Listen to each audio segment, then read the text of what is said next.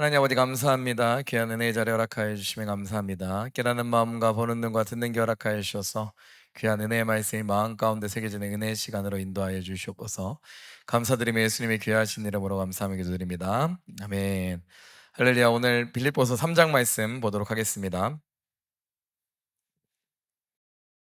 네, 특별히 우리 빌립보서 우리 3장의 말씀은 이제 바울이 자신의 삶을 보여주는 내용이 나옵니다. 특별히 1장에는 빌립보 교인을 향한 감사와 또 그들을 향한 기도가 나왔고, 또 2장에서는 그러면서 너희 안에 이 마음을 품으라라고 하면서 그 그리스도의 그 마음을 품을 것을 권면하며 그 정말 우리의 그 본을 받아야 될 그분 예수 그리스도의 그 모범을 제시했습니다. 그리고 나서 3장에서는 바울이 자신의 삶을 보여주면서 그 자신을 통하여서 또 본을 보여주고 있습니다. 그러면서 누구보다 자랑할 것이 많았던 그 사도 바울이 그 모든 것을 다 내려놓고 오직 그리스도, 그 예수 그리스도의 그 길을 따라가는 그 모든 것을 비워 예수님처럼 잘 비우며 그리스도 하나님의 영광을 위해 살아가는 그 바울의 모습을 보여주고 있습니다. 그래서 3장 1절에서 6절의 말씀을 보면 육체의 그 바울이 자랑하던 모든 것을 경계하며 자신이 자랑하던 것을 뭐 이렇게 열거합니다. 또 7절에서 11절은 그 모든 것, 그 유익하던 모든 것을 해로 여기고 그리스도를 아는 것이 가장 고상하다라고 고백하고요. 또 12절에서 21절까지는 그 아직 도달하지 못하는 그 표대를 향하여 달려가는 그 경주를 보여주면서 하늘에 있는 그 시민권, 정말 그 천국 시민으로 살아가는 거, 하나님 나라 백성, 하나님 나라 시민으로 살아가는 것에 대한 소망으로 얘기를 합니다. 그러면서 정말 하나님 나라 백성으로 살아가는 것이 정말로 중요한 것임을 정말로 고백합니다. 육체의 자랑은 다 내려놓고 하나님 백성의 참된 정체성으로 살아가는 것이 하나님 백성으로서 그리스도인으로서 중요하다라고 얘기합니다. 한번 말씀 이제 차근차근 한번 보도록 하겠습니다. 먼저 3장 1절 말씀입니다. 끝으로 나의 형제들아 주 안에서 기뻐하라. 너희에게 같은 말을 쓰는 것이 내게는 수고로움이 없고 너희에게는 안전하니라 라고 얘기합니다. 그러면 끝으로 라고 하면서 이제 어떤 편지의 그 마지막 단락을 얘기하고 있는 거죠. 나의 형제들아 주 안에서 기뻐하라 라고 얘기합니다. 주 안에서 기뻐하라 라는 거예요. 기뻐하라. 그리고 너희에게 같은 말을 쓰는 것이 내게는 수고로움이 없고 너희에게는 안전하니라 라고 얘기하면서 그 기뻐하라라는 거예요. 그리고 너희에게 같은 말을 하는 건, 같은 말을 너에게 전하는 것은 내게는 수고롭지 않다라는 거예요. 너에게 그 하나님의 말씀들, 또 복음의 말씀들, 중요한 얘기를 계속해서 반복적으로 너에게 얘기하는 것은 나한테 수고로울 게 전혀 없다라는 거예요. 그러면서 그것이 너희에게는 무엇이 된다라는 거예요? 안전한 길이 된다라고 얘기합니다. 안전한 길이 된다. 즉 하나님의 그 참된 복음의 말씀을 거듭해서 강조하면서 가르쳐야 된 이유에 대해서 분명하게 보여주는 거예요. 본인한테 사도 바울은 그 복음을 전하는 것, 반복적으로 하나님 말씀을 전하는 것, 그거에 대한 수고로움이 없었고요. 오히려 기쁨이었고요.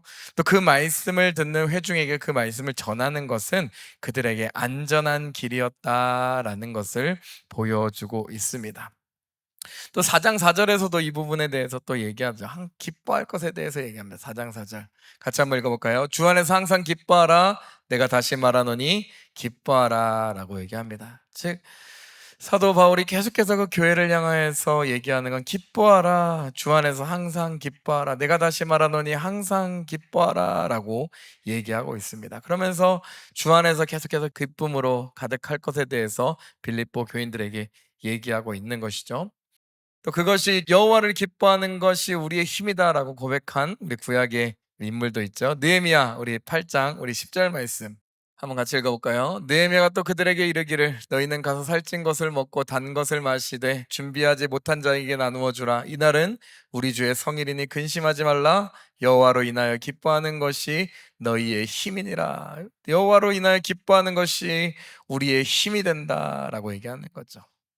계속해서 빌립보 교인들을 향해 사도 바울이 얘기하는 건 뭐예요? 기뻐하라 라고 얘기하고 있는 겁니다. 그러면서 기쁨이란 것은 정말 그 교회로 하여금 정말 하나님에게 주시는 그 힘을 얻어가는 그 방법인 거에 대해서, 또 그 기쁨을 통하여서 더욱더 그 안에서 교회가 연합되어지고 하나 되어지고, 또 그리스도의 그 은혜를 통하여서 그것을 기뻐하는 것이 정말로 중요하다라는 것을 계속해서 가르쳐 주고 있는 거예요. 그러면서 이런 주 안에서 기뻐하라라고 사도 바울이 교회에게 권면하고 있습니다. 2절 3절 말씀 한번 보도록 하겠습니다. 2절 3절 말씀 같이 읽도록 하겠습니다. 우리 빌립보서 우리 2절 3절 말씀 같이 읽도록 하겠습니다.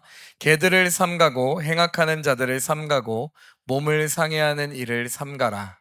하나님의 성령으로 봉사하며 그리스도로 예수로 자랑하고 육체를 신뢰하지 아니하는 우리가 곧 할례파라라고 얘기합니다. 특별히 여기서 바울이 삼가라라고 하는 말을 계속해서 반복하죠. 2절에 개들을 삼가고 행악하는 자를 삼가고 몸을 상해하는 일을 삼가라라는 거예요. 특별히 개 행악하는 자, 몸을 상해하는 일, 거짓 교사들의 어떤 모습을 보여주는 거죠. 그러면서 이들을 삼가라라고 계속 반복해서 얘기합니다. 즉 분명한 이 빌립보 교회 가운데 잘못된 거짓 선지자들, 거짓 사도들이 들어와, 거짓 교사들이 들어와 교회를 혼란스럽게 하고 있었다라는 것을 보일 수가 있는 거죠. 그들은 어떤 사람들이었습니까? 이 말씀을 통해서 우리 살짝 예측해 볼 수가 있어요. 그들은 어떤 사람들이냐? 할례를 받아야지만, 또 율법을 온전히 지켜야지만 구원을 받을 수 있다라고 주장했었습니다. 특별히 그들을 향해서 사도 바울은 뭐라고 얘기하면 개들을 삼가라라고 얘기합니다. 개들. 사실 유대인들이 이방인들을 향하여서 했던 그런 부정적인 말이었죠. 그러나 사도 바울은 오히려 그걸 반대로 사용해 가지고 배회하면서 교회를 회파하는 그 유대인들을 향하여서 얘기하고 있는 거죠. 그럼 그 율법을 지켜야 된다, 할례를 받아야 한다고 교회를 막 배회하는 그 사람들을 개들이라고 표현하고 있는 것이죠. 그러면서 그들 행악하는 자들을 삼가고라고 얘기하면, 행악하는 자, 그러니까 되게 역설적인 표현인 거예요. 그들은 율법을 지켜야 한다라고 하면서 율법을 잘 지키는 건 그것이 어떤 의인의 길, 정말 그 선한 길이라고 하는데, 그리스도의 법 안에서는 그건 잘못된 그런 거죠. 그러니까 믿음으로 의롭다 하신 그 복음의 은혜의 말씀들을 오히려 왜곡시키고 교회를 무너뜨리고 다시 그 몽학 선생으로, 그 율법의 저주 아래로 자꾸 들어가게 하려고 행악하는 자로서 만드는 그 자들인 거죠. 그래서 사도 바울이 완전 반대로 표현하고 있는 거예요. 개들을 삼가고 행악하는 자들을 삼가라라고 얘기합니다. 그러면서 그들의 어떤 그 모습이 구체적으로 3절 그 세 번째 들어가죠. 몸을 상해하는 일을 삼가라라는 거죠. 그러니까 몸을 상해하는 일, 그러니까 몸의 육체를 베어 잘라버리는 일을 삼가라라고 얘기합니다. 그러면서 이것이 결국 할례에 대한 얘기인 것을 보여주고 있는 거예요. 사도 바울은 사실 다른 서신들을 통하여서 진정한 할례가 무엇인지 계속해서 얘기하고 있습니다. 진정한 할례는 몸에 하는 것이 아니다라는 거예요. 몸에 하는 것이 아니다. 진정한 할례는 어디에 하는 것이다? 마음에 하는 것이다 라고 얘기하고 있는 거죠. 우리 로마서 말씀 한번 찾아볼까요? 로마서 2장 28절, 우리 29절 말씀 한번 같이 읽어볼까요? 같이 읽습니다. 무릇 표면적 유대인이 유대인이 아니요 표면적 육신의 할례가 할례가 아니니라. 오직 이면적 유대인이 유대인이며 할례는 마음에 할지니 영에 있고 율법 조문에 있지 아니한 것이라. 그 칭찬이 사람에게서가 아니요 다만 하나님에게서니라 라는 거예요. 그러니까 표면적 유대인이 유대인이 아니요 육신의 할례가 육신의 할례가 아니다라는 거예요. 그 할례는 어디에 해라라는 거예요? 마음에 하라라는 거예요. 마음에 하라. 영에 있고 율법 조문에 있는 것이 아니다라고 얘기합니다. 그러니까 이 개들과 행악하는 자들과 몸을 상해하는 일을 주도하는 그 거짓 교사들이 와서 율법을 지켜야만 구원을 얻는다, 또 할례를 받아야지만 구원을 받는다라고 잘못된 믿음으로 주어진, 예수 그리스도의 그 믿음으로 주어진 그 은혜를 자꾸만 왜곡시키는 자들을 거짓 교사라 지칭하면서 잘못된 복음이다, 그들에겐 잘못된 것, 그들을 삼가라라고 얘기하고 있는 것이죠. 그러니까 그들이 받은 할례는 그 아브라함의 그 언약의 표를 얘기하고 있는 거잖아요. 그게 중요한 게 아니다. 그것보다 믿음으로 의롭게 된 것이 있다. 이것이 사실 믿음으로 이 더 먼저다라는 것. 정말 그 근원된 것, 그것이 예수 그리스도를 통해서 회복됐다. 그것이 로마서에 잘 나타난 거죠. 그것이 사실 하나님도 그 구약의 수많은 메시지를 통하여서도 계속해서 그 마음의 할례 받을 것에 대해서 얘기한 바가 있습니다. 중요한 건 마음의 할례다라는 거예요. 육신의 할례가 아니다라는 거예요. 우리 신명기 10장 16절 말씀도 한번 찾아볼까요? 그러므로 너희는 마음의 할례를 행하고 다시는 목을 곧게 하지 말라는 거예요. 구약의 하나님도 계속해서 뭐라고 얘기하는 거예요? 마음의 할례를 행하라라는 거예요. 또 예레미야 4장 4절 말씀도 한번 보도록 하겠습니다. 예레미야 4장 4절 말씀. 유다인과 예루살렘 주민들아, 너희는 스스로 할례를 행하여 너희 마음 가죽을 베고 나 여호와께 속하라. 그리하지 아니하면 너희 악행으로 말미암아 나의 분노가 불같이 일어나 사르리니 그것을 끌 자가 없으리라는 것. 너희 마음 가죽, 정말 마음 가죽, 마음의 할례를 행하여라라는 거예요. 그러니까 표면적 유대인이 유대인이 아니라 이면적 유대인이 유대인이며, 할례는 몸에 하는 것이 아니라 마음에 하는 것이다라는 거예요. 골로새 2장 우리 11절 말씀 보도록 하겠습니다. 같이 한번 읽습니다. 또 그 안에서 너희가 손으로 하지 아니한 할례를 받았으니 곧 육의 모능을 벗는 것이요 그리스도의 할례니라는 거예요. 그러니까 너희가 손으로 하지 아니한 할례를 받았다라는 거예요. 곧 육의 몸, 그것을 벗는 것이고 그리스도의 할례니라라고 얘기합니다. 그러면서 정말 그 개들을 삼가고 행악하는 자, 그런 거짓 교사를 삼가고 그 몸을 상해하는 자, 그 할례를 행하려고 하고 하는 자, 할례가 뭐 구원을 받는 어떤 할례를 받아야지만 구원을 받는다라는 그런 잘못된 주장을 하는 거짓 교사들을 삼가라라고 얘기합니다. 그러면서 뭐라고 얘기합니까? 오로지 하나님의 성령으로 봉사하며 그리스도 예수로 자랑하라는 거. 우리가 자랑할 것은 육체 할례, 뭐 율법을 온전히 막 지켰느냐 안지, 그거 중요하죠. 하나님 백성으로 하나님 백성답게 살아가는 건 당연히 중요합니다. 그러나 구원이 그거로부터 이어지는 것이 아니에요. 어떠한 우리의 공로로서 이루어지는 것이 아닌 것이죠. 우리가 하나님 말씀에 순종하는 사는 것은 뭐예요? 사실 구원의 기쁨에 대한 감격으로 하나님을 기뻐하며 하나님 백성의 삶의 방식으로 자연스럽게 성령님의 이끄심에 따라 성령의 법에 순종하며 살아가는 것이죠. 그러니까 율법을 지킨다고 우리가 구원을 받는 게 아니죠. 분명한 거죠. 이거는 율법의 행위로 의롭게 될 사람은 전혀 없는 것이죠. 우리의 구원은 전적인 예수 그리스도의 십자가의 놀라운 그 은혜, 그 믿음을, 그것을 믿음을 통하여서 주어지는 하나님의 놀라운 은혜인 것이죠. 그러면 여기도 마찬가지예요. 여기서 우리는 그리스도 예수로 자랑하고 육체를 신뢰하지 아니하는 우리가 곧 할례파라라고 하면서, 우리는 그리스도 성령으로 봉사하며 그리스도 예수로 자랑하고 육체를 신뢰하지 아니하는 우리가 진정한 할례파다라는 거예요. 그러니까 육신의 할례가 있건 없건 그게 중요한 것이 아니라 성령으로 봉사한다. 그래서 성령의 인도하신 가운데 그 은혜의 법을 순종하며 살아간다. 그 은혜의 법 가운데 하나님 말씀에 순종하며 살아간다는 표현이에요. 그리고 그리스도 예수를 자랑한다.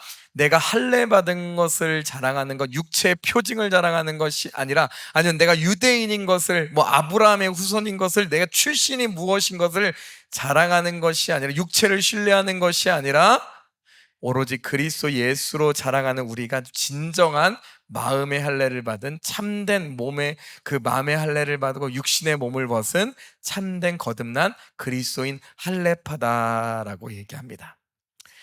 그러면서 사도 바울이 이거 진짜 아무것도 아니다라는 거예요. 그 거짓 교사들이 주장하는 거 그거 아무것도 아니다.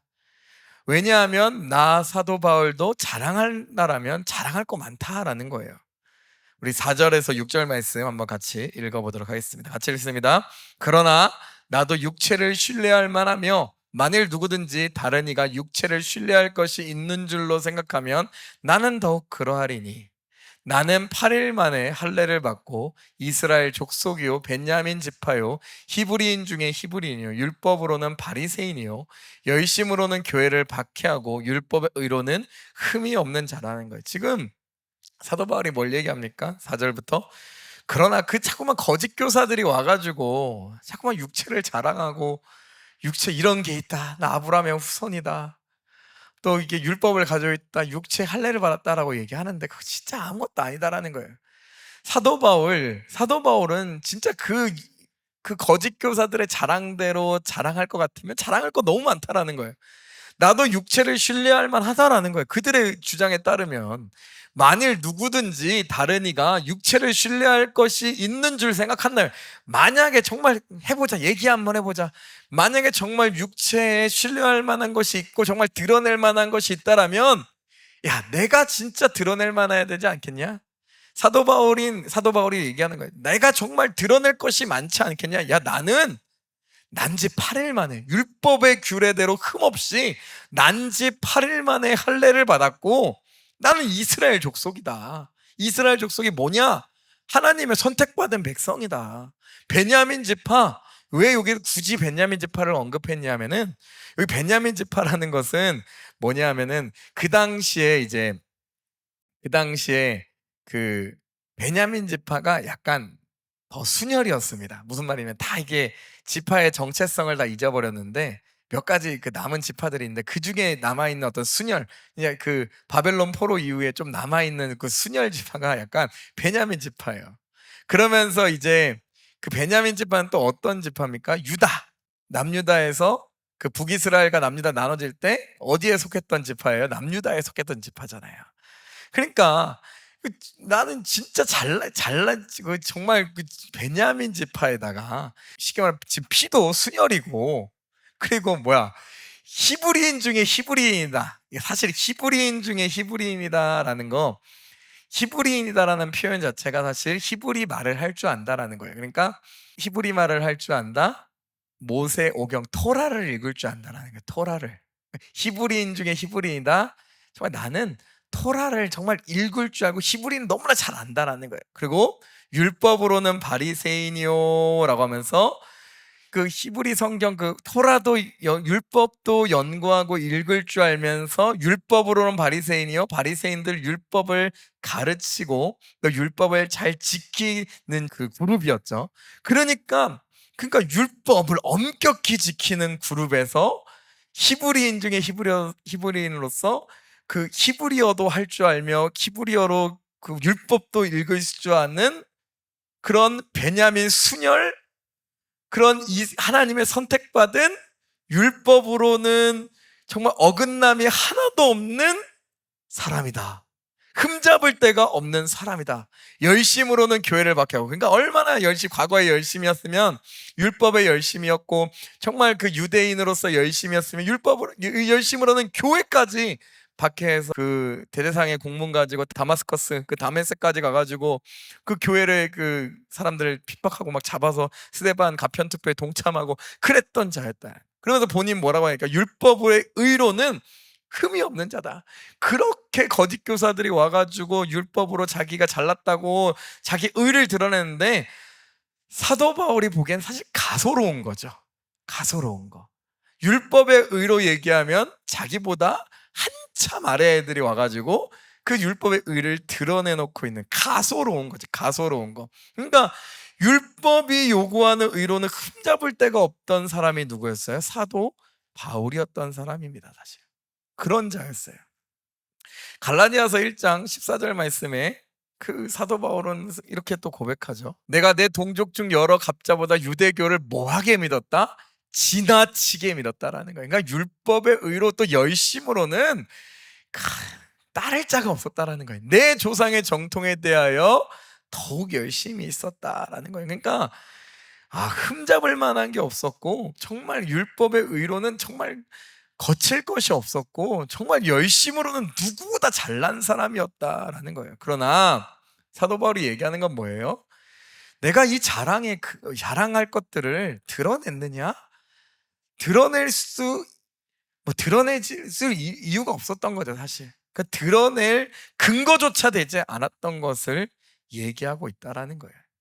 그러니까 사도 바울은 여기서 얘기하면 율법의 그 거짓 교사들 그거 자꾸 드러내놓고 자랑하고, 율법의 할례를 받아야지, 율법을 지켜야지 막 구원을 받는다, 뭐 이런 얘기하고 있는데, 그거 말이 안 되는 거다. 내가 그러한 의를 가졌음에도 불구하고, 나에게 그런 의가 주어졌음에도 불구하고, 내가 그런 모든 권리들과 모든 자랑할 거리를 가졌음에도 불구하고 내가 그것을 자랑하지 않는 것은 내가 그냥 단순히 겸손해서 그런 것이 아니라 그것은 자랑의 근거가 되자 복음 앞에서 그것은 자랑의 근거가 되지 않기 때문이다라는 거예요.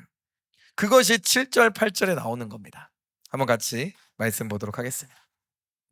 우리 7절 8절 말씀 같이 읽습니다. 그러나 무엇이든지 내게 유익하던 것을 내가 그리스도를 위하여 다 해로 여길 뿐더러 또한 모든 것을 해로 여김은 내 주 그리스도 예수를 아는 지식이 가장 고상하기 때문이라. 내가 그를 위하여 모든 것을 잃어버리고 배설물로 여김은 그리스도를 얻고, 우리 9절까지 읽을게요. 그 안에서 발견되려 함이니 내가 가진 의는 율법에서 난 것이 아니요 오직 그리스도를 믿음으로 말미암은 것이니 곧 믿음으로 하나님께로부터 난 의라라는 거예요. 사도 바울의 고백이 여기 있는 거죠. 그러나 무엇이든지 내게 유익하던 것을 내가 그리스도를 위하여 다 해로 여겨. 그러니까 유익하던 건 이 앞에 있는 자랑거리들 다 유익하던 것이었다라는 거예요. 다 유익하던 것. 내가 이전의 삶, 그리스도를 만나기 이전의 삶에는 이거 다 유익하던 것이, 율법을 의로서 살아갔던 그 모든 삶에는 정말 유익하던 것들이다. 그러나 그리스도를 만난 그 다메스커스로 가던 그 길에, 다메섹으로 가던 그 길에 정오의 해보다도 밝은 빛 가운데서 들려왔던 그 예수 그리스도의 그 음성을 듣고 난 이후에는 그 모든 것이, 부활하신 예수 그리스도를 직접 만난 그 이후에는 그 유익하던 그 모든 것이 다 해로 여겨졌을 뿐이다라는 거예요. 그 모든 것이 다 해가 되었다라고 얘기하고 있는 거예요. 왜요? 그 이유가 무엇이다라는 거예요? 해로 여김은 내 주 그리스도 예수를 아는 것이, 그 예수를 아는 지식이 가장 고상하기 때문이다라는 거예요. 즉 예수 그리스도를 그 아는 지식, 그 그 안다라는 것은 어떤 지식적 알을 얘기하는 것이 아니다라고 얘기했어요. 그 히브리어 야다라고 하는 단어, 그 알미다라는 정말 인격적인 암, 아담과 하와가 부부의 관계 속에서 서로 알아가는 그 알을 안다라고 할 때 그 알을 얘기하고 있는 거예요. 저 인격적인 그 만남과 사귐을 얘기하고 있는 거죠. 그러니까 그리스도 예수를 그 아는 지식이 그 가장 고상하고 아름답고 정말 사랑스럽고 좋기 때문이다라는 거예요. 그것이 너무나 좋기 때문이다라는 거. 그 이전의 것들은 다 해일 뿐이, 해로 여겨질 뿐이다라고 얘기하는 거예요. 그 너무나 광명의 해보다 더 밝은 빛이 나에게 비춰 있기 때문에 이전에 있었던 그 밤하늘에 반짝반짝 빛났던 별들의 빛은 여전히 하늘의 별의 빛이 비칠 수 있겠지만, 그 광명한 해가 비치기 시작할 때 그 별들은 다 빛은 빛을 잃는 것 같이, 그 광명한 그 빛이 사도 바울에게 비춰졌을 그때에 나머지는 다 배설물같이 여겨져 아무것도 아닌 것처럼 여겨졌다라는 거예요. 오로지 예수 그리스도만이 정말 참빛이었구나라는 것을 알게 되었다라는 거죠. 그래서 우리 예레미야 9장 23절 24절에 이렇게 얘기하고 있죠. 여호와께서 이와 같이 말씀하시되 지혜로운 자는 그의 지혜를 자랑하지 말라, 용사는 그의 용맹을 자랑하지 말라, 부자는 그의 부함을 자랑하지 말라. 자랑하는 자는 이것으로 자랑할지니 곧 명철하여 나를 아는 것과 나 여호와는 사랑과 정의와 공의를 땅에 행하는 자인 줄 깨닫는 것이라. 나는 이 일을 기뻐하노라, 여호와의 말씀이라 라고 얘기하는 거죠. 그러면서 내 주 그리스도 예수를 아는 것이 가장 고상하다라는 거예요. 그 이외의 것들은 다 배설물과 같이 여겨진다라고 얘기하고 있다라는 거예요. 그러니까 그냥 오로지 그 예수 그리스도를 아는 것이 가장 고상하다라고 얘기하고 있습니다. 그러면서 9절에 뭐라고 얘기합니까? 그 안에서 발견되려 함이니 내가 가진 의는 율법에서 난 것이 아니요 오직 그리스도를 믿음으로 말미암은 것이니 곧 믿음으로 하나님께로부터 난 의라라는 거예요. 그러니까 바울이 그 모든 것을 해로 여기고 모든 것을 버리고 그 얻으려고 하는 것이 분명해진다라는 거예요. 그 안에서 발견되고 싶다라는 거예요. 정말 그 안에서 내가 발견되어지고 싶다라는 거예요. 그리스도 안에서 정말 발견되어지고 싶다라는 거예요. 이게 무엇이냐? 그러면서 내가 가진 그 의는, 예수 그리스도를 통해서 소유하게 된 그 의는 율법에서 난 의가 아니다라는 거예요. 그러니까 그 거짓 교사들이 주장하는 율법을 지켜야지만, 할례를 받아야지만 구원을 받는다라는 율법의 의가 아니다라는 거예요. 내가 예수 그리스도를 만나 그 소유하게 된 그 내가 가진 그 의는 무엇이냐? 율법에서 난 것이 아니다라는 거예요. 내가 율법의 기준으로 보면 정말 누구보다 더 많은 의를 가졌음에도, 자랑할 것들을 가졌음에도 불구하고 내가 가지고 있는 진정한 의는 율법에서 난 것이 아니다라는 거예요. 내가 가진 그 의는 오직 예수 그리스도를 믿음으로 말미암은 것이다라는 거예요. 곧 믿음을 통하여서 하나님께로부터 난 의다라는 거예요. 믿음으로 말미암은 것이니 곧 믿음으로 하나님께로부터 난 의다라는 거예요. 믿음으로 하나님께로부터 난 의. 그러니까 우리의 믿음, 우리의 의로움, 우리가 그 마지막 재판 날에, 마지막 그 심판의 날에 우리를 의롭다 할 수 있는 것, 우리를 의롭다 칭해 주시는 것, 우리가 드러낼 수 있는 건 단 한 가지다라는 거예요.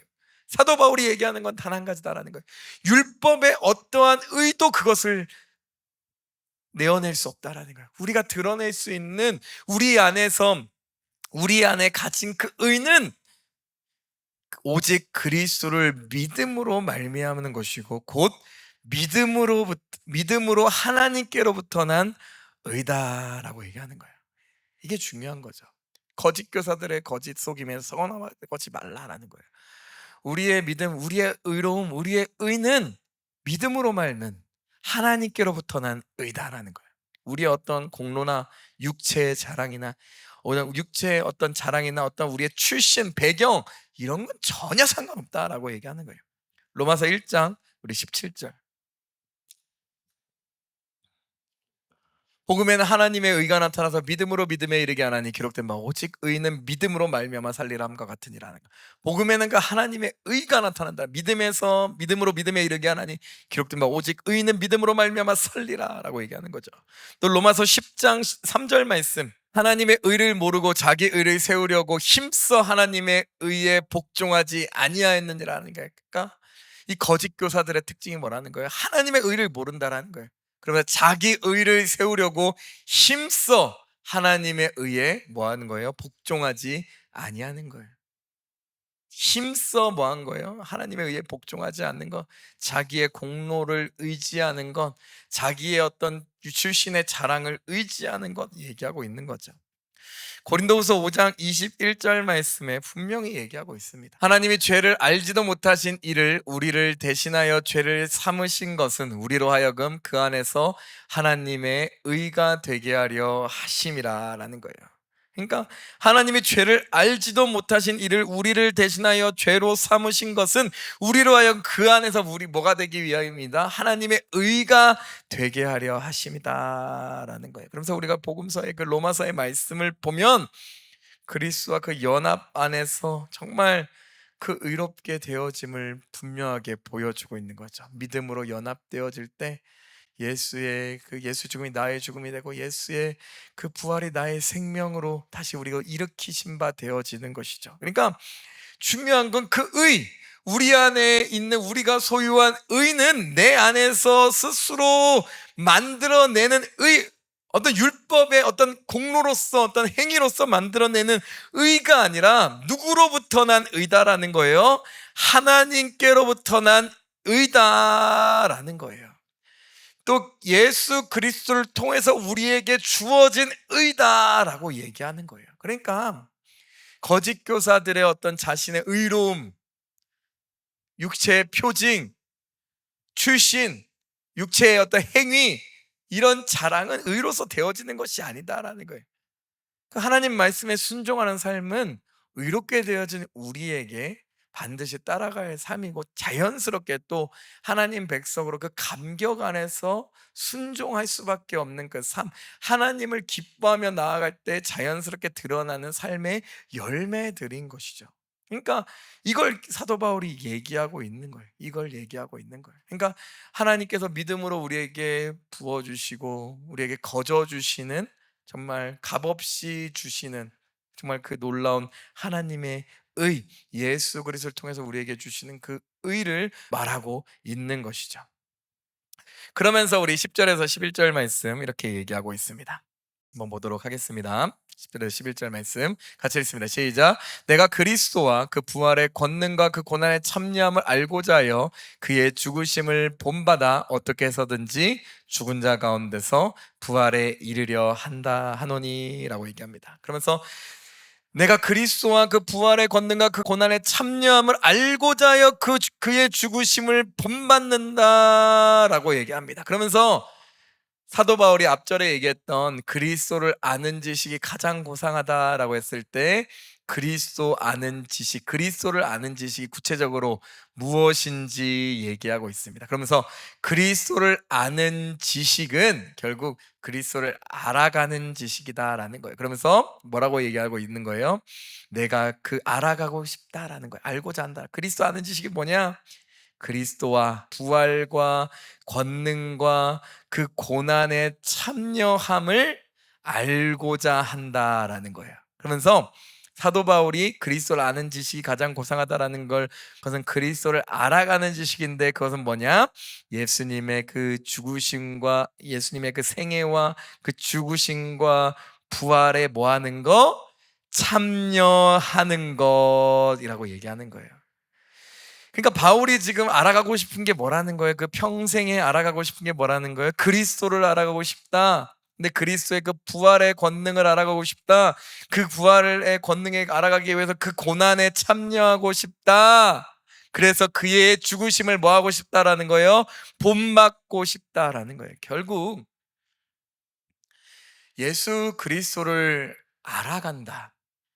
우리가 성령에 충만하여서 예수 그리스도를 알아가고 성령께서 예수 그리스도를 증언하시며 예수 그리스도를 우리가 알아간다. 또 성령 충만한 삶으로 알아간다. 제가 그 성령 충만이란 무엇인가 계속 그 명제를 제가 던지는 이유인 거예요. 그 명제를 얘기하는 이유가, 성령 충만이란 무엇인가, 그 정의, 제가 성령 충만의 정의를 계속해서 얘기하고 있는 게 이거인 거예요. 다시 여기서 동일하게 얘기합니다.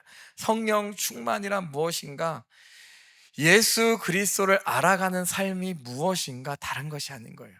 예수 그리스도의 삶을 뭐하는 것? 재현하는 것이라는 거예요. 예수 그리스도의 삶을 뭐하는 것? 재현하는 것. 여기도 마찬가지예요. 사도 바울도 간절히 바라는 것이 있다라는 거예요. 그것이 예수 그리스도를 알아가는 것, 그것이 내 인생에 가장 고상하다라고 얘기하는데, 그 알아가는 그 방법이 무엇이냐? 내가 예수 그리스도를 알아가는 것이다. 그 부활의 권능에 참여하는 것, 부활의 권능을 알아가는 것이다. 그 고난, 예수 그리스도의 십자가의 고난에 참여함을 알아가는 것이다. 그래서 그의 죽으심을 본받아 그의 삶을 재현하는 것이다 라는 거예요. 그리고 가정, 그 재현함, 그 예수 그리스도 알아감을 통하여서 어떻게 해서든지 죽은 자 가운데서 무엇을 이루려 한다라는 거예요. 죽은 자 가운데서 부활에 이르려 한다라는 거예요. 그러면 그 본받아서 그 죽은 자 가운데서 부활의 영광에 이르고 싶다라는 거예요. 부활의 영광. 그 예수님의 삶을 재현해 나가면서 성령 충만의 삶을 가라는 이유가 뭐다라는 거예요. 왜 성령이 충만한 삶으로 가라는 거냐? 그 영광에 동참하는 자 되기 위해서. 예수님께서 가신 그 십자가의 길을 왜 가냐? 예수 그리스도의 그 영광에 동참하는 자 되기 위하여서. 로마서 6장 5절 말씀 같이 읽습니다. 만일 우리가 그의 죽으심과 같은 모양으로 연합한 자가 되었으면 또한 그의 부활과 같은 모양으로 연합한 자가 되리라. 왜 우리가 자꾸만 십자가에 그 연합하려고 하냐? 믿고 세례를 받으면 왜 십자가와 연합하려고 하냐? 다른 것이 아니죠. 그의 부활과 같은 모양으로 연합한 자가 될 것을 소망하기 때문인 것이죠. 로마서 8장 17절 자녀이면 또한 상속자, 또 곧 하나님의 상속자요 그리스도와 함께한 상속자니 우리가 그와 함께 영광을 받기 위하여 고난도 함께 받아야 할 것이니라. 왜 우리가 예수님의 십자가의 고난을 함께 동행하며 그 고난의 길을, 그 고난의 삶을 재현하는 삶으로 나아가려고 하냐? 다른 것이 아니죠. 그와 함께 영광을 받기 위하여 고난도 함께 받아야 할 것을 알기 때문인 것이죠. 그 영광에 동참하기 위하여서인 거죠. 고린도 후서 4장 10절 말씀. 우리가 항상 예수의 죽음을 몸에 짊어짐은 예수의 생명이 또한 우리 몸에 나타나게 하려 함이라는 거예요.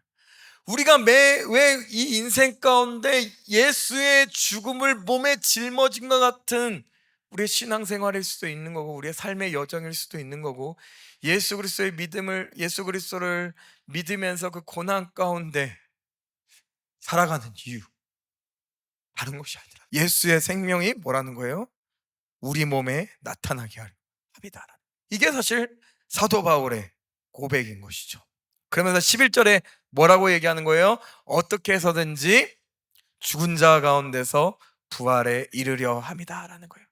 어떻게 해서든지, 그러면서 그 십자가의 여정, 예수님의 삶을 재현하는 그 성령 충만한 그 삶, 그 영광을 위해 살아가는 삶, 그리스도의 그 영광을 위해 살아가는 삶 가운데서 결국 그 부활에 이르려 합니다라는 거예요. 그러면서 그 부활에 동참하기 위하여서다라는 거예요. 왜 그렇다면 우리가 2장에서 예수 그리스도께서 온전히 그 낮아지심으로, 종의 모습으로, 완전한 순종의 모습으로 그 십자가에 달려 죽으셨냐?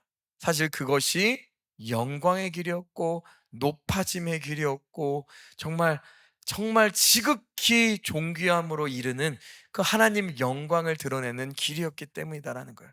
사도 바울은 그 2장을 왜 굳이 얘기하냐? 3장 전에 사도 바울 또 그러면서 그 3장에서 자기의 얘기를 하냐?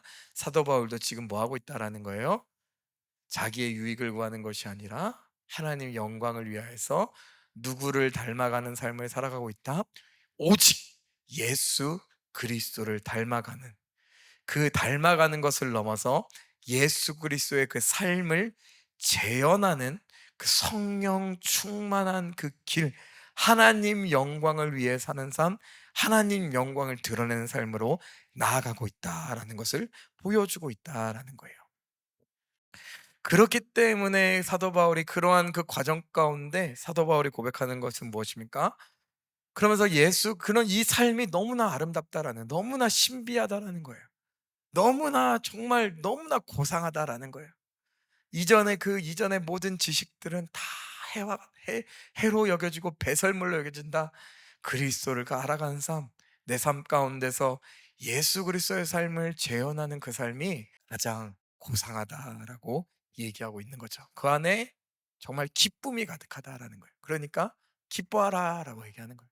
왜 기뻐하라 얘기하겠습니까? 사도 바울이 지금 너무나 기쁘기 때문인 거죠. 그 빌립보 교인들이 들 통하여서도 기뻐할 뿐만 아니라 또 바울의 자신의 삶을 둘러봤을 때도 기쁜 거예요. 내 삶이 뭐 제3자 아니면 이방인들, 믿지 않는 사람들 보기에는 뭐 불행한 삶이라고 얘기할 수 있겠지만 바울 스스로 생각하고 또 하나님 보시기에도 뭐다라는 거예요? 이 기쁜 삶인 거죠. 왜요? 예수 그리스도의 삶을 재현하는 삶이니까. 영광의 삶, 놀라운 삶, 자유와 기쁨 있는 삶을 얘기하고 있는 것이죠. 그러면서 그 본인의 그 삶의 여정들을 다 고백하고 그 자신의 마음을 고백하고 나면서 사도 바울이 얘기하는 것이 나는 계속해서 달려간다라는 거예요. 12절에서 14절 말씀 같이 보도록 하겠습니다. 같이 읽습니다. 12절 14절 같이 읽으면 시작. 내가 이미 얻었다함도 아니요 온전히 이루었다함도 아니라 오직 내가 그리스도 예수께 잡힌 바 된 그것을 잡으려고 달려가노라. 형제들아 나는 아직 내가 잡은 줄로 여기지 아니하고 오직 할 일 즉 뒤에 있는 것은 잊어버리고 앞에 있는 것을 잡으려고 표대를 향하여 그리스도 예수 안에서 하나님이 위에서 부르신 부름의 상을 위하여 달려가노라라고 얘기합니다. 그러면서 그 앞절에 그리스도를 알아가는 그 지식이 너무나 고상하고 너무나 행복하고 너무나 좋다라고 얘기하지만 사도 바울은 또 고백하는 것이 뭐예요? 그것을 내가 다 안다라고 얘기할 수 없다라는 거예요. 내가 이미 얻었다함도 아니요 온전히 이루었다함도 아니다라는 거예요. 나는 아직 이루지 못했다라는 거예요. 그 정말 그 알아가는 여정 가운데 있고 그 알아가는 기쁨 가운데 충만하지만 이미 얻은 것도 아니고 온전히 이루어진 것도 이룬 것도 아니다라는 거예요. 여전히 나는 달려간다라는 거예요. 여전히 나는 내가 그리스도 예수께 잡힌 바 된 그것을 잡으려고 달려간다라는 거예요. 여전히 나는 예수 그리스도께 잡힌 바 되어서 달려간다라는 거예요. 잡으려고 달려간다, 열심히 뛰어간다, 경주한다라고 얘기하고 있다라는 거예요. 그러면서 형제들아, 내가 잡은 줄로 여기지 아니한다라는 거예요. 그러면서 오직 할 일, 즉 뒤에 있는 것은 잊어버렸다. 그러면서 앞에 있는 것, 그 앞에 있는 건 뭡니까? 표대를 향하여, 그러니까 예수 안에서 하나님 위에서 부르신 그 부름의 상, 그 표대를 향하여서 뭐 한다라는 거예요? 나는 달려간다라는 거예요. 달려간다. 그러면서 열심히 부름의 상을 위하여서 열심히 달려간다라는 거예요. 그러니까 그러면서 또 뭐라고 얘기합니까? 그 부름의 상, 그 표대, 하나님께서 부르신 그 한 부르신 그 목표를 향하여서 달려간다라는 거예요. 그리고 이전의 일들은, 뒤에 있던 것들은 다 잊어버린다라는 거예요. 그러니까 집중할 게 있다라는 거예요. 과거의 어떤 실패, 또 과거의 어떠한 것들, 이미 지나간 것들에 매이지 않고 얽매인 것들, 얽매일 만한 모든 것들은 다 잊어버리고 뭐 한다라는 거예요? 분명한 부르심의 그 방향성을 명확하여서 그 부르심을 향한, 부름의 상을 위하여서 나는 달려가고 있다라고 얘기하는 거예요. 고린도전서 9장 24절 말씀 보도록 하겠습니다. 운동장에서 다름질하는 자들이 다 달릴지라도 오직 상을 받는 사람은 한 사람인 줄 너희가 알지 못하느냐. 너희도 상을 받도록 이와 같이 다름질하라 하면서 분명한 목적이 있기 때문에 다름질하라라는 거예요. 다름질하라. 디모데 후서 2장 3절 4절 말씀. 너는 그리스도 예수의 좋은 병사로 나와 함께 고난을 받으라. 병사로 복무하는 자는 자기 생활에 얽매이는 자가 하나도 없나니 이는 병사로 모집한 자를 기쁘게 하려 함이라는 거예요. 사도 바울이 뭐라고 얘기합니까? 너는 나와 함께 좋은 군사로, 그리스도의 좋은 군사로 서라라고 얘기하죠. 그래서 병사로 복무하는 자는 자기 생활에 얽매이는 자가 하나도 없다라는 거예요. 왜요? 이는 병사로 모집한 자를 기쁘게 하려 함이다라는 거예요. 즉 뒤에 있는 것들은 다 잊어버리고 우리를 병사로 부르신 그 하나님의 그 부름의 상을 위하여서 그 한 목적을 향해서 달려간다라고 얘기하고 있는 거예요. 또 히브리서 12장 1절 2절 말씀 이렇게 얘기하고 있죠. 이러므로 우리에게 구름같이 둘러싼 허다한 증인들이 있으니 모든 무거운 것과 얽매이기 쉬운 죄를 벗어버리고 인내로서 우리 앞에 당한 경주를 하며 믿음의 주요 또한 온전케 하시는 이인 예수를 바라보자. 그는 그 앞에 있는 기쁨을 위하여 십자가를 참으사 부끄러움을 개의치 아니하시더니 하나님 보좌 우편에 앉으셨느니라. 그러면서 얽매이기 쉬운 모든 죄를 벗어던지고 믿음의 주요 또 온전하게 하신 예수를 바라보자라는 거예요. 그러면서 그분이 우리의 모범, 그 본이 되었기 때문에 예수 그리스도를 바라보자라고 하면서 그 부름의 상을 위하여 달려가자라고 사도 바울이 얘기하는 거죠. 그러면서 이 사도 바울이 이 빌립보 교인들을 향해서 부름의 상을 위하여 달려간다, 또 이런 권면의 얘기인 거죠. 달려가자라고 얘기하는 거죠. 근데 그 달려가는 과정 가운데 그 모든 것을 사실 이루시는 분이 누구십니까? 바로 하나님이시죠. 사도 바울이 자기의 의로 이런 것들이 이룰 수 있다라고 얘기하는 겁니까? 아니죠. 오로지 전적인 하나님의 의로운 그 도우심의 손길로서 능력으로서 되어지는 거죠. 그것이 어디 나옵니까? 우리 빌립보서 1장 6절에 나오는 거죠. 너희 안에서 착한 일을 시작하신 이가 그리스도 예수의 날까지 이루실 줄을 우리가 확신한다라는 거예요. 너희 안에서 착한 일을 시작하신 그 하나님께서 그리스도 예수의 그 마지막 날까지 그 이루신 일들을 다 이루실 것임을 확신한다라는 거예요. 즉 그 경주를 시작하게 하신 이가 그 경주를 끝날 때까지 뭐 하시겠다라는 걸 함께 하실 것을 나는 믿는다라고 사도 바울이 이미 1장에서 고백한 바가 있습니다. 그러면서 사도 바울이 이렇게 믿음의 경주를 하자라는 거예요. 누가 도와주신다? 하나님께서 도와주신다라고 얘기합니다. 그럼 15절에서 우리 19절 말씀 한번 같이 읽어보도록 하겠습니다. 같이 읽습니다. 그러므로 누구든지 우리 온전히 이룬 자들은 이렇게 생각할지니 만일 어떤 일에 너희가 달리 생각하면 하나님이 이것도 너희에게 나타내시리라. 오직 우리가 어디까지 이르렀든지 그대로 행할 것이라. 형제들아 너희는 함께 나를 본받으라. 그리고 너희가 우리를 본받는 것처럼 그와 같이 행하는 자들을 눈여겨보라.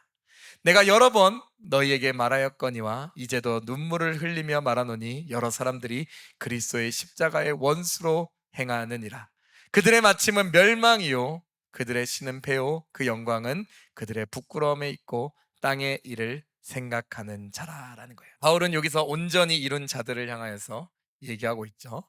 근데 사도 바울은 그 전에 되게 역설적인 표현인 거죠. 여기서 온전한 이룬 자들, 사도 바울도 온전히 이루지 못했다라고 얘기하는데 스스로 온전하다라고 얘기하는 자들에게 온전히 이룬 자들을 향하여서 얘기합니다. 그러면서 여기서 말하는 그 온전히 이룬 자들은 여기서 이제 온전히 이룬 자들은 하는 거예요. 그러면서 이렇게 얘기하는 거죠. 누구든지 우리 온전히 이룬 자들은 생각할지니 만일 어떤 일을 너희가 달리 생각하면 하나님이 이것도 너희에게 나타내시리라 라고 얘기하면서, 그러니까 어떤 일을 너희가 달리 생각하면 하나님이 이것도 너희에게 생각하시리라, 즉 온전히 이뤘다고 생각하는 자들이 온전히 이루지 못한 일들이 하나님께서 깨닫게 해주신다라는 거예요. 깨닫게 해주신다라는 거예요. 그러니까 그럴 때 어떻게 하라는 거예요? 하나님의 그 친히 가르쳐 주시고 깨닫게 해주심을 신뢰하고 그것을 교만하여져서 그것을 거부하는 것이 아니라, 내가 온전히 잃었어, 더 이상 가르침 받을 거 없어, 나는 온전히 잃었어, 이렇게 얘기할 것이 아니라 하나님께서 깨닫게 해줄 때 그 깨닫게 함을 기억하여라 라고 얘기하는 거예요. 그러면서 뭐 하여라는 거예요? 계속 어디까지 이르렀든지 그대로 행하라는 거예요. 그러니까 오직 우리가 어디까지 이르렀든지 뭐하여라, 그대로 행하라는 거예요. 어디까지 이르렀든 그 하나님께서 깨닫게 해주시는 그대로 행하라. 계속 나아가라. 온전히 이루었다라고 생각할지라도 사실 그것이 끝이 아니니까 하나님께서 깨닫게 해주실 때 그 깨닫 것을 받고 온전히 계속해서 이루어 가라 라고 얘기하고 있는 거죠. 그러면서 사도 바울이 얘기하는 것이 무엇입니까? 얘기하는 것이 그 다음 절 17절의 말씀, 형제들아 너희는 함께 뭘 받으라? 나를 본받으라. 그리고 너희가 우리를 본받는 것처럼 그와 같이 행하는 자들을 눈여겨보라 라고 얘기하는 거예요. 그러면서 사도 바울이 얘기하는 나를 본받으라 라고 얘기합니다. 그러면서 그 사도 바울은 여기서 자기 자랑을 하는 것이 아니라 사실 그리스도를 따라가는 그 사도 바울의 그 모습을 보면서 우리 모두 자랑이 아니라 우리 모두 그리스도를 본받는 자 되어라 라는 거예요. 그게 정확하게 표현이 된 게 고린도전서 11장 1절입니다. 내가 그리스도를 본받는 자가 된 것 같이 너희는 나를 본받는 자가 되라. 그러니까 사도 바울이 얘기하는 건 나 자신, 어떤 내 모습, 인간 사도 바울을 바라보는 것이 아니라 사도 바울이 내가 그리스도를 본받는 자 된 것 같이 날마다 예수 그리스도를 본받으려고 예수 그리스도의 삶을 재현하는 삶으로 나아갔던 그 삶의 모습을 본받는 자가 되어야 된다는 거예요. 겸손하여서 그 예수 그리스도의 삶을 본받는 자, 낮아지려고 하는 그 사도 바울의 그 모습을 본받는 자가 되어라. 그리고 그렇게 행하는 자들이 있는 것이 했을 텐데 그들을 잘 보고 눈여겨 보아라 라고 사도 바울이 빌립보 교인들에게 권면합니다. 그리고 나서 18절에 사도 바울이 정말 권면의 말씀을 합니다. 내가 여러 번 너에게 말할 거야. 이제도 눈물을 흘리며 말한다. 내가 정말 피눈물을 흘리면서 교회를 위하여서 얘기하는 것이 있다라는 거예요. 여러 사람들이 그리스도의 십자가의 원수로 행하느니라는 거예요. 그러니까 교회 안에 거짓 교사들이 있는데 그 거짓 교사들은 너희가 절대로 본받아서 안 된다라는 거예요. 본받아서 안 될 사람들이 있다라는 거예요. 그 사람들은 어떤 사람들이냐? 그리스도의 십자가의 원수로 행하는 자들이다라는 거예요. 원수로 행하는 자들. 그들은 그리스도의 십자가의 원수로 행하는 자들이다라는 거예요. 근데 그리스도의 그 십자가의 원수로 행하는 자들의 구체적인 특징이 그 19절에 나옵니다. 뭐라고 얘기합니까? 그들의 마침은 멸망이다라는, 그들의 마침은 멸망 동그라미. 그들이 섬기는 그 신, 그들의 섬기는 하나님은 배, 그러니까 자신의 욕망이다라는 거. 배를 채운다, 욕망. 그러니까 그들이 섬기고 있는 것은 사실 하나님이 아니다, 그들의 욕망이 투영된 것이다, 우상 숭배였다, 욕망이었다라는 거예요. 그리고 그 영광은 그들의 부끄러움에 있고라고 얘기하는 거예요. 그러니까 오히려 부끄러워해야 될 거, 오히려 감춰야 될 것들을 그 영광으로 삼는다. 드러내지 말아야 될 것들을 막 드러내며 영광으로 삼는다라는 거예요. 그리고 오직 땅의 일만 생각한다라는 거예요. 그들의 특징이 사실 2장 21절에도 나옵니다. 2장 21절. 그들은 다 자기 일을 구하고 그리스도 예수의 일을 구하지 아니하다. 그러니까 그들의 특징이 뭡니까? 자기 일을 구하는 거예요. 자기 일. 자기 영광, 자기 명예, 자기의 어떠함, 그것들을 드러내고 자기의 일을 구하고 예수의 일을 드러내지 구하지 않다. 그러니까 하나님의 영광을 위해 살아가는 것이, 사역하는 것이 아니다라는 거예요. 하나님의 영광을 위해 가는 것이 아니다, 자기의 영광을 위해 사역하고 있다라는 거예요. 로마서 16장 18절에도 이렇게 얘기합니다. 이 같은 자들은 우리 주 그리스도를 섬기지 아니하고 다만 자기들의 배만 섬기나니 교활한 말과 아첨하는 말로 순진한 자들의 마음을 미혹하느니라. 하니까 자기의 영광, 자기의 욕망만 섬기고 교활한 말과 아첨하는 말로 순진한 자들의 마음을 뭐 한다라는 걸, 미혹한다라는, 순진한 자들을 꼬드겨 가지고 자기의 배를 채우고 있다라는 거예요.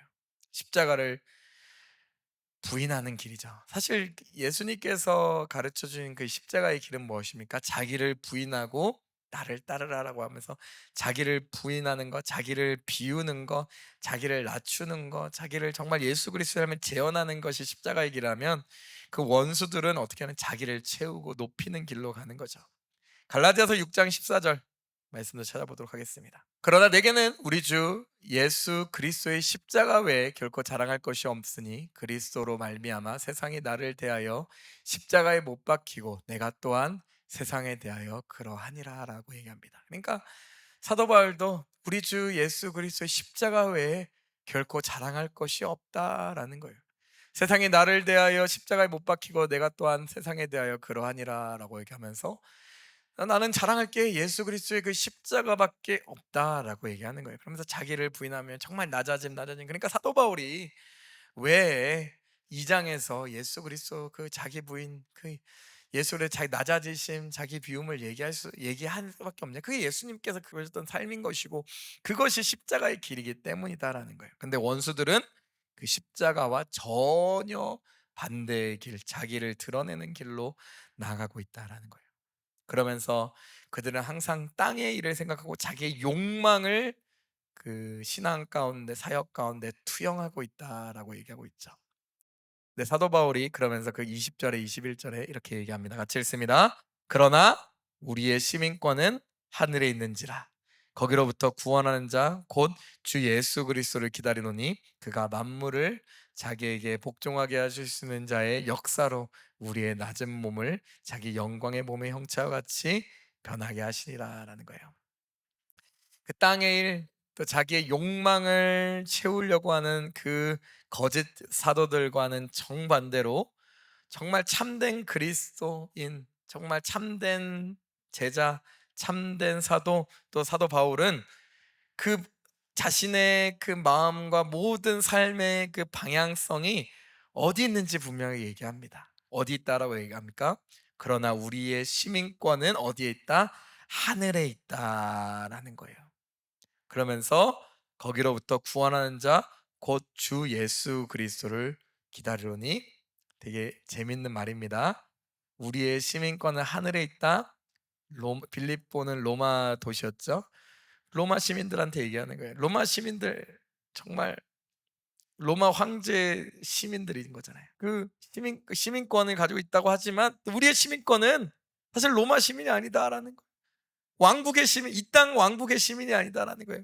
우리는 하늘 왕국의 시민이다라는 거예요. 그리고 거기로부터 구원한 자 소테르, 로마 시민에게 소테르는 누굽니까? 로마 황제이죠. 우리는 로마 황제를 기다리는 사람이 아니다라는 거예요. 로마 황제의 그 소테르인, 그 당시에 진짜 로마 황제를 소테르라고 불렀어. 소테르. 그 구주가 나셨으니라는 것도 사실 누가복음에 우리를 위하여 구주가 나셨어요. 소테르, 이거 사실 그 전복적인 얘기입니다. 사실 그 로마 제국에 대한. 그 우리를 위한 구주 소테르, 로마 황제, 그 당시엔 그냥 그게 원래 통용되는 나라에서. 근데 우리를 위한 소테르가 나셨다라는 거예요. 여기도 마찬가지. 거기로부터 우리는 소테르를 기다린다라는 거예요. 그 소테르가 누구다? 로마 황제가 아니라 하늘의 왕국의 정말 참된 주인이신 우리 주 예수 그리스도다라는 거예요. 그러니까 놀라운 거예요. 놀라운 거. 그러면서 우리가 땅의 일을 생각하는 것이 아니라 우리의 삶은 정말 영원한 나라 하나님의 나라를 바라본다라는 거예요. 왜요? 그는 어떤 분이시다라는 거예요. 만물을 자기에게 복종하게 하실 수 있는 자의 역사로 뭐라고 얘기합니까? 우리의 낮은 몸을 자기 영광의 몸의 형체와 같게 변하게 하시리라라는 거예요. 그가 이 땅 가운데 다시 오시면 이 땅에 있는 이 땅의 왕국들은 다 없어질 것이다라는 거예요. 근데 우리 그 하나님의 백성된 우리는 어떻게 된다라는 거예요? 예수 그리스도의 그 부활의 영광의 몸의 형체를 같이 입고 왕노릇할 것이다라고 얘기하고 있다라는 거예요. 우리의 낮은 몸을 자신 영광의 형체와 같이 예수 그리스도께서 낮아지고 낮아지고 낮아져 완전한 순종으로 십자가에 달려 죽으신 것 같이, 그 이후에 하나님께서 예수 그리스도를 지극히 높여 모든 이름 위에 뛰어나게 하신 것 같이, 그래 모든 만물이 예수를 주로 높인 것 같이 우리 또한 그와 같은 모습의 영광의 모습으로 어떻게 된다라는 거예요? 부활할 것이다.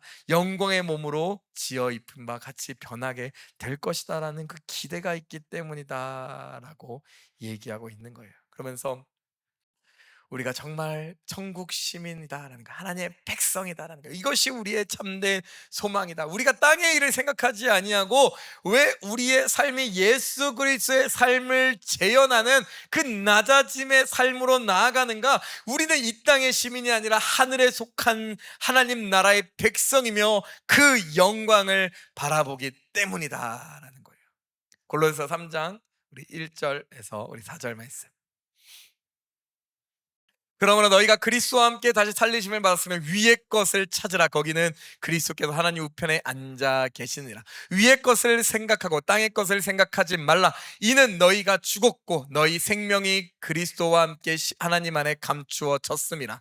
우리 생명이신 그리스도께서 나타나실 그때 너희도 그와 함께 영광 중에 나타나리라라는 거예요. 그러니까 우리가 그 소망이 있다라는 거예요.